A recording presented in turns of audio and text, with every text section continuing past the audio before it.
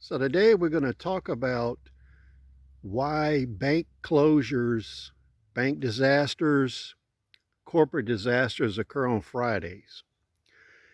Everybody tells you it's because of the media cycle, but that's actually not the case. The reason is actual stocks, merger vehicle stocks, can be traded 24/7 versus proxy shares. Now, one of the restrictions on Wall Street is the market is only open certain hours and certain days, so the proxy shares that are held on your behalf can only be traded on those days. Big corporate officers, rich people, the wealthy elite political class, banks, corporations, they hold actual paper shares of stock. Paper shares of stock are like bearer bonds. They can be traded 24/7. There's no restriction on that. So what happens is if a bank is going to die, it'll die on Friday. That way you can't trade your proxy shares at all. And Monday morning you'll wake up and your shares will be worthless when Wall Street opens. But at the same time, over that weekend, the corporate officers, the large shareholders that hold paper shares of the same stocks you have, they can buy, sell, and trade that, do mergers, whatever they want over the weekend while you're in a trading blackout.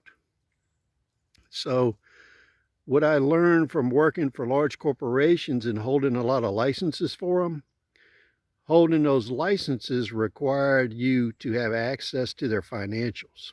And what happens is people think in their 401ks and their money market funds and all that, that they actually own stock. And you'll get a computer printout that shows all the stock you have and what's being traded and all that crap. But if you actually read your agreement, under the law, you own shares in a money market fund. You don't own those stocks that they're showing you. They own proxy shares that are traded on your behalf to make income for the shares of the fund you own. The way you can tell this is if you read your agreement and the fund becomes insolvent, they will issue you warrants or shares of that fund. They're not going to issue you remaining stocks that the fund holds. That's all going to be liquidated, and you're going to get a piece of paper worth nothing. So the big secret of Wall Street is the fact that you don't own shares of stock you think you own.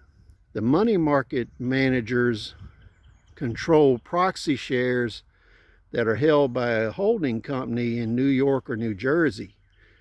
And when they make a trade on your behalf, they're given 7 days to actually deliver that or change ownership of the actual shares at the proxy holding company in Jersey.